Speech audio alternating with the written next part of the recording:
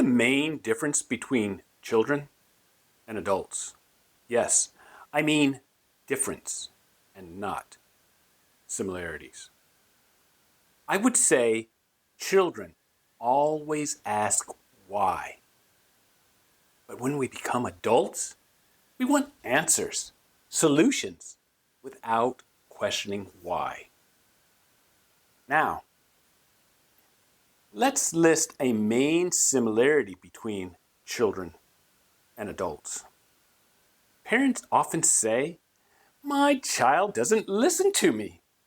Similarly, adults fail to listen or hear what is being said. Believe it or not, it can be attributed for the same reasons a child doesn't listen. The following 3 videos are ones which no one hears what the other is saying. If you think you have heard what I am going to say before, then to coin a phrase, you are sadly mistaken. Watch the 3 videos and tell me who is right and who is wrong. Someone may answer correctly, but if you're a betting person, don't bet it's you. Because that's just wrong. You don't need to have a 3% withdrawal rate. That's ridiculous. Or I hope you misunderstood. I hope we didn't put out trash like that. Was it 4 to 5%? No, it shouldn't be 4 to 5%. It ought to be more than that. I mean, if you're making 12 in good mutual funds and the S&P is averaged 11.8, and if inflation for the last 80 years has averaged 4%, if you make 12 and you need to leave 4% in there for inflation raises, that leaves you 8. So I'm perfectly comfortable drawing 8. But if you want to be a little bit conservative, 7, but sure not 5 or 3. Well, I was trying to back check it because, the 3 to 5, I thought that was a big range. And a lot of the studies I found showed. Well, there's a lot of studies that are stupid in this space. So, it's just wrong. Listen, man, the math I just gave you is the math. If you're making 12% and inflation is 4, and you leave 4 in there, so your nest egg grows by 4, it's simple. 8 is what's left over. So if you got $1 million and you leave 4% in there, that's $40,000. Okay, so you now have $1,040,000. So the next year you get a rate of return of 12%, 11.5% on the $1,040,000, and the next year it'll be $1,090,000. 1.1, right? Because your nest egg is growing by the rate of inflation, giving you a cost of living raise every year. So as long as you're doing that, you're fine. And so if you want to be a little bit conservative, maybe 5%. But there's all these goobers out there who have always put this 4% crap in the market, and I'm just irate right now that we have joined the stupidity. Why is it that stupid, though? It's too low. It's too low because it's not realistic. You do not need to live on 4% of your money for your nest egg to survive. Yeah, even if you did a rate of return of 10% or something. Yeah, and what it sets up is this guy now, he doesn't think he's got enough money. And he's already got $120,000 and he's 30 years old and he's on a plan. He's on a plan to be very wealthy and he's worried he's going to have enough money or not. Yeah. Because stupid people put out low withdrawal rates. But listen, if you rather ask any financial advisor, and most of us will cringe when you bring up Dave Ramsey. Look, give the man credit where credit is due. He has done a tremendous job of coaching thousands of people to better money management. He has created an impressive financial wellness program, written best-selling books, hosted a number of podcasts and radio shows. The list goes on and on. And you know what? Most of the time, he gets it right. Unfortunately, as a celebrity with a large platform, Dave is in the unenviable position of providing abbreviated financial advice on complicated matters to the masses, which certified financial planners know is virtually impossible. And occasionally, he gets it wrong. Very wrong. Which is what happened earlier this month and why your financial advisor is mad at Dave Ramsey. To provide some context, on his show, he responded to a caller's question about a safe withdrawal rate. Withdrawal rate refers to the percentage of your nest egg you can pull out as income every year. A safe withdrawal rate is the amount of money you can pull every year and not run out of money before a reasonable mortality age. Dave walks through a terribly bad math example that illustrates why he believes, realistically, everyone should be perfectly comfortable drawing 8% of their portfolio on a yearly basis, using the assumption that the annual return is 12%. For decades, the rule of thumb has been 4% is a safe withdrawal rate. Dave absolutely blasts us as morons. He says, goobers have put this 4% crap in the market and I'm just irate. To be clear, I am a moron that created a video saying that many believe even a 4% withdrawal rate is too high these days. I am not going to recreate the math. Others have done that. An article that created the idea of the 4% rule, where he actually explained the problem with Dave Ramsey's thinking. So we've known this for 30 years. And the issue is you may get an average return over time, but you don't get the average every year. Markets are volatile. Sometimes markets are up, sometimes markets are down. And so you have to manage that volatility. And with this idea of what's a safe spending rate in retirement, Dave Ramsey takes it even further than that mistake. And he talks about 12% returns, but that's a simple average return of what the stock market has done historically in the United States. It's not the growth rate. It's a simple average. If over one period of time, you might on average expect 12%, but the growth rate over time is lower, the compounded return. So the growth rate for a portfolio is less than that simple average. And that's another, even though 12% might sound like the historical average, that's not the relevant number for people who are investing over multiple time periods. But there is risk, and I get one opportunity at retirement. I'm going to get one sequence of market returns, one opportunity for a successful retirement.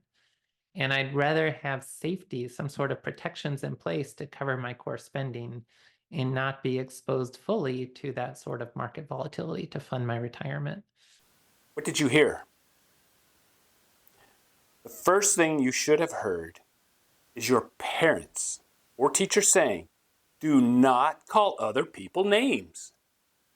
Religion should be taught in schools as much as financial education. There are several passages that apply. For the videos you just saw, Confucius say, real knowledge is to know the extent of one's ignorance.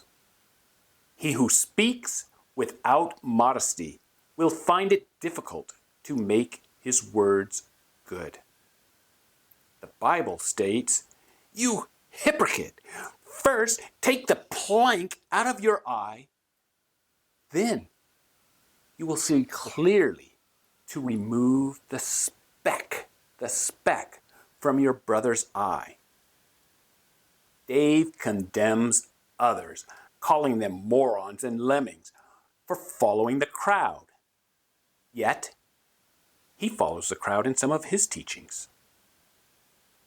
The second thing you should have heard was how the financial advisor said Dave is wrong, which coincides with Dave saying they are wrong. This begs the question, who do you believe and why?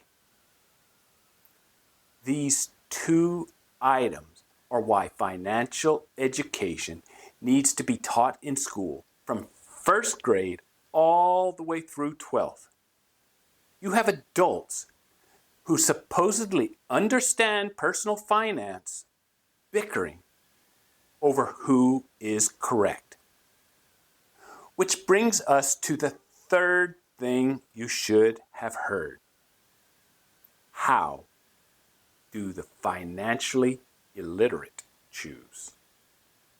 If the parents don't have the knowledge and understanding how to proceed, then how are their children to learn?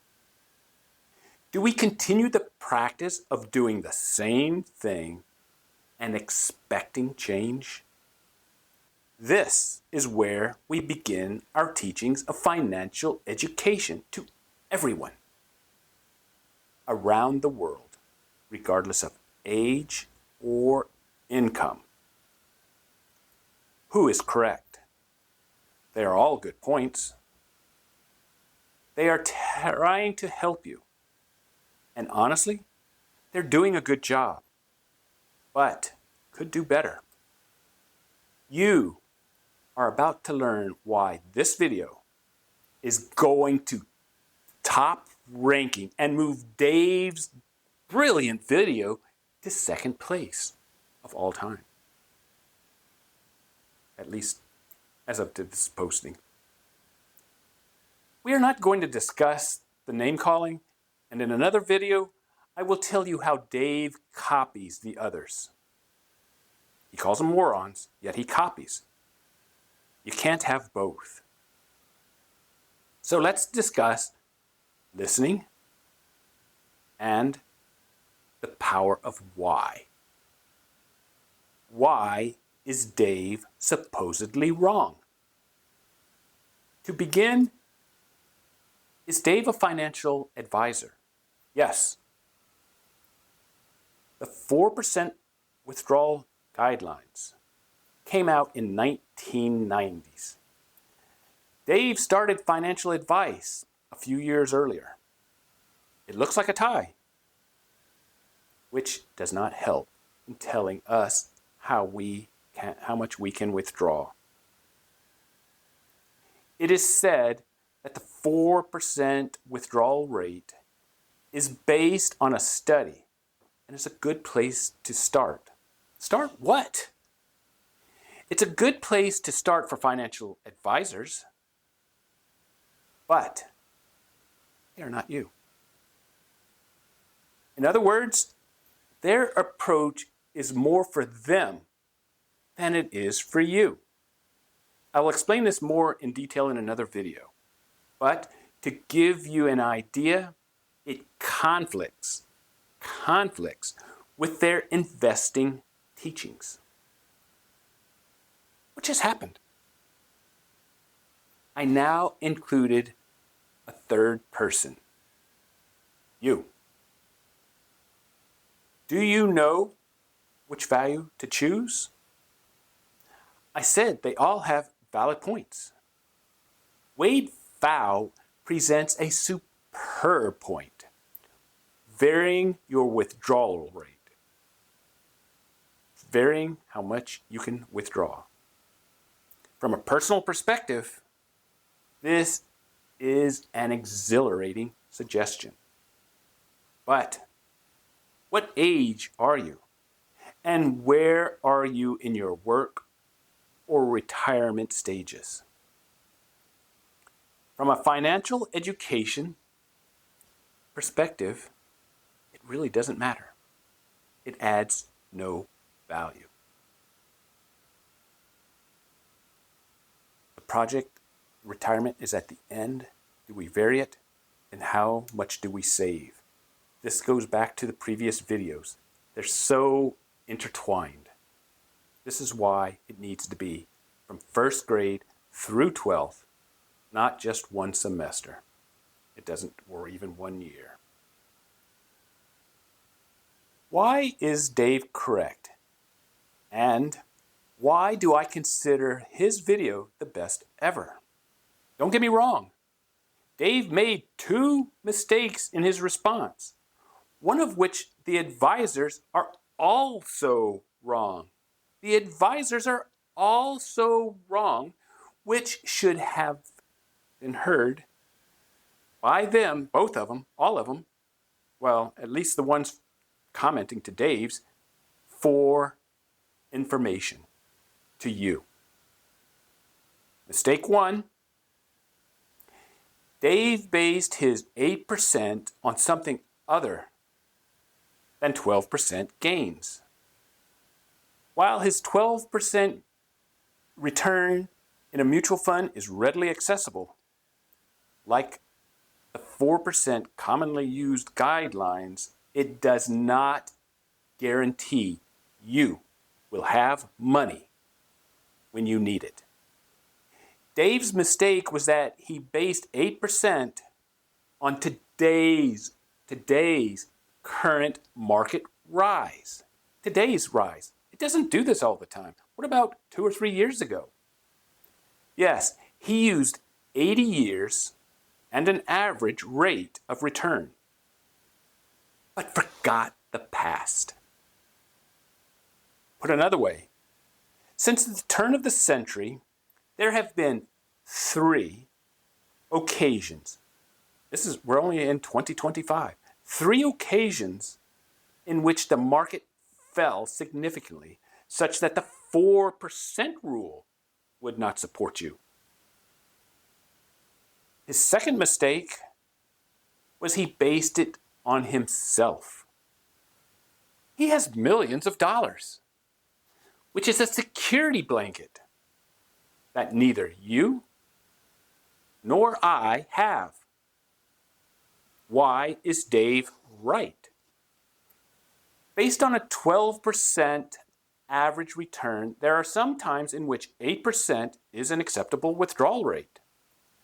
More important than this is Dave said if during your youth we base our retirement on a 4% withdrawal rate, we may never save for retirement. However, if we think we can withdraw 8%, then we believe in ourselves and start our journey of investing. Brilliant. I agree. Simply put, no withdrawal rate is successful in all cases. Hence, Withdrawal saying varying. But this is not the teaching aspect. This is the, I'm at the retirement phase, that stage. Again, the whole purpose is how do we teach? One more point. I don't know if you know this, but Withdrawal and others publicize less than 3%. Why? Because of numbers. So we've already talked in the past videos about language and numbers. Still, it's not math. Clements, it's not math. They are speaking to a specific group of people, retirees, or soon to be retirees. The goal is to get it into schools. In addition to these 2 groups, Dave was also speaking to recent graduates to 40-year-olds. So Dave broadened his range of people that he was talking to. A very good point. This is where we need to consider everything. In the end, if we are searching for who is correct regarding 8% or 4% withdrawal, both Dave and the financial advisors are all wrong, since both can leave you with no money. No money. The thing is, this is not the end, but the beginning. If you understand what I said, then you should be interested in hearing there are many cases that your funds will grow, such that you will leave an inheritance.